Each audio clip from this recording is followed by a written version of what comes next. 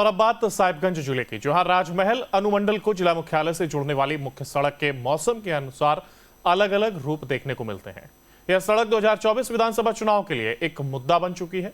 लोगों से बात करने पर यह सामने आया कि सड़क बरसात में तालाब का रूप ले लेती है, तो वहीं गर्मियों में धूल मिट्टी से लोगों को परेशान भी करती है। रिपोर्ट देखिए।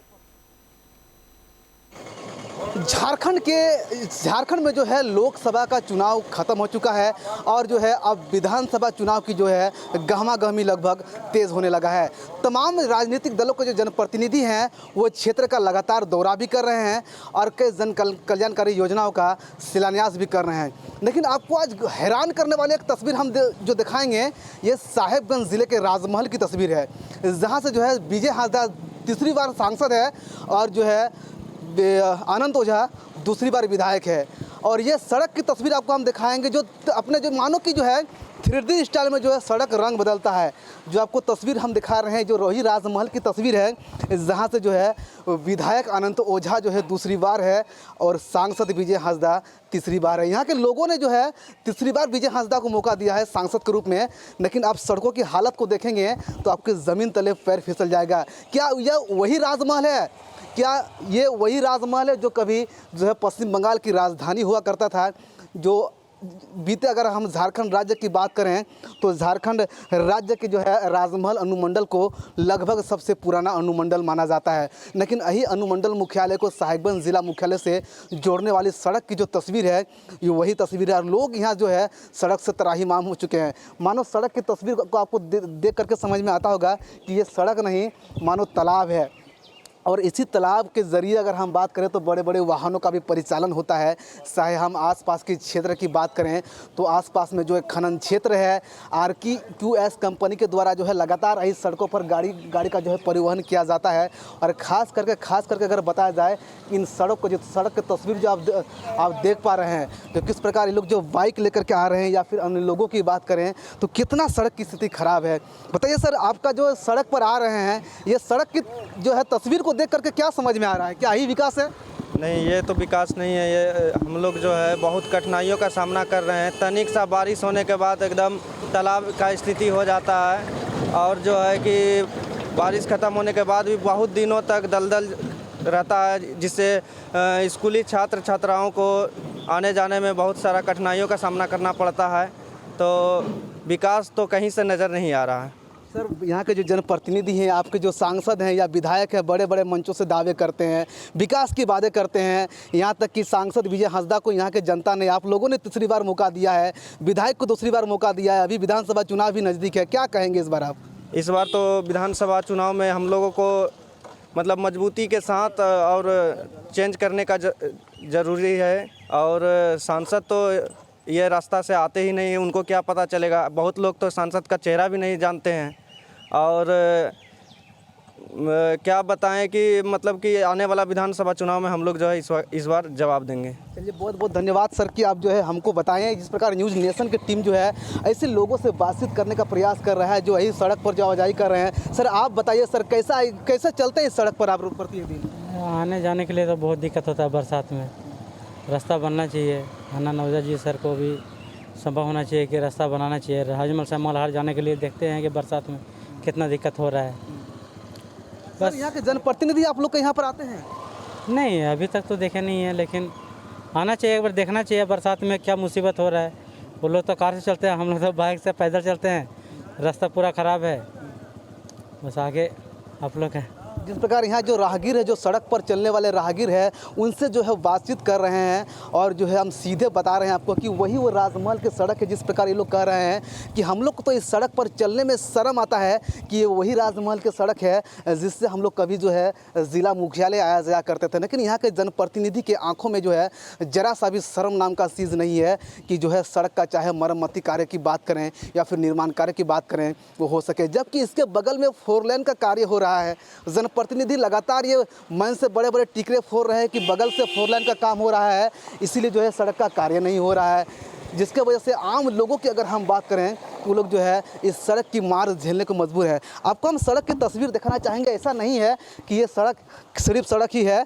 यहाँ पर जो मानो कि यहाँ पर अगर हम डंटल लगा करके अगर यहाँ पर अगर ये करते हैं तो ये तालाब जैसा यहाँ पर गड्ढा है। मानो कि अगर कोई वाहन चालक यहाँ पर आते हैं, अगर गड्ढा में घुस जाता है तो ये अंदाज़ा उसके लिए लगाना मुश्किल है कि यहाँ पर गड्ढा कितना है और वो कैसे इन सड़क पर आवाजाही कर रहे हैं। ये शायद इन तस्वीरों को देखकर ही समझा जा सकता है कि यहाँ के जनप्रतिनिधि क्या कर रहे हैं और कितने विकास कर रहे हैं। अगर हम चुनावी दंगल की बात करते हैं, कभी भी राजमहल में चुनाव की चर्चा होती है तो ऐसा नहीं है कि यहाँ के लोकल जनप्रतिनिधि के पास मुद्दे नहीं है। और ये सड़क की अगर हम बात करें तो ये सड़क मानो चुनावी मुद्दा बनकर रह गया है। और निश्चित तौर पर 2024 की चुनाव में अगर हम बात करें तो फिर यही सड़क के मुद्दे को लेकर यहाँ के जनप्रतिनिधि, चाहे हम लोकल एमएलए की बात करें या सांसद की बात करें, वो यहाँ पर आएंगे और इन्हीं लोगों से वोट लेंगे। सर बताइए, आप लोग जो है प्रत्येक दिन आपका यहाँ पर दुकान भी है, क्या कुछ कठिनाइयों का सामना करना पड़ता है? बहुत परेशानी है। रात सड़क तो पता नहीं चलता कि सड़क है, लगता है जैसे कि नाला है, तालाब, इस तरह पता चलता है। और आज दिन रोज दुर्घटना, कभी टोटो पलट गया, कभी मोटरसाइकिल वाला गिरा, रोज कुछ न कुछ घटना होते रहता है। ना ही कोई अफसर आता है, ना विधायक है, ना ही सांसद, किसी का आना जाना नहीं है। लेकिन सर वोट प्रत्येक बार होता है, यहाँ के जनप्रतिनिधि प्रत्येक बार राजनीति करते हैं विकास के मुद्दों को लेकर। हर बार कहा जाता है कि इस बार काम होगा, इस बार काम नहीं। काम होता है कहाँ है? काम होता ही नहीं, बस यही हाल है। इसके अलावा मेरे साथ यहाँ पर और भी है, उनसे भी हम लोग बातचीत करेंगे। सर आप बताइए, क्या हालत है सर सड़क की और कैसे रहते हैं आप लोग इस तरह के सड़क के पास? ये सड़क के बारे में तो बोलना ही नहीं पड़ेगा। ये NH80 है, लेकिन ये NH80 नहीं है, पूरा ग्रामीण सड़क हो गया है। और इतना ही बेहतर ख़राब रास्ता हो गया है कि आदमी चलने के लिए लायक है ही नहीं। हमारे MP हो, MLA हो, उनको कोई मतलब नहीं है, उनको बस वोट से मतलब है। उनको वोट चाहिए, उसके अलावा कुछ नहीं चाहिए उनको। सड़क इतना टूट करके खराब कैसे हो गया, क्या उसको मायने निकाला जा सकता है? इसमें और क्या मैंने लगा, सब यहाँ जो 4 लेन का गाड़ी सब चल रहा है और सब जितना सब गाड़ी चल रहा है उसमें तो सड़क खराब होगा ही। और अभी 2-3 महीना के बाद इलेक्शन आने वाला है। अभी मुद्दा क्या उठा? गंगा पुल।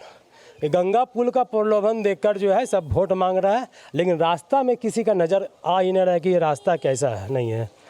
तो इसे यही तो पब्लिक को बुरा बनाकर वोट ले रहा है। कि सर जिस प्रकार आप बात कर रहे हैं कि आपके जो लोकल MLA हैं अनंत ओझा या सांसद है विजय हांसदा, यदि आपको मंगल हाट उसको आना पड़ेगा तो वो किधर से आता है? अरे आनंद ओझा का तो फर्नीचर से फुर्सत नहीं मिलता, वो 4 लाइन हो गया था, इससे क्या लेना देना?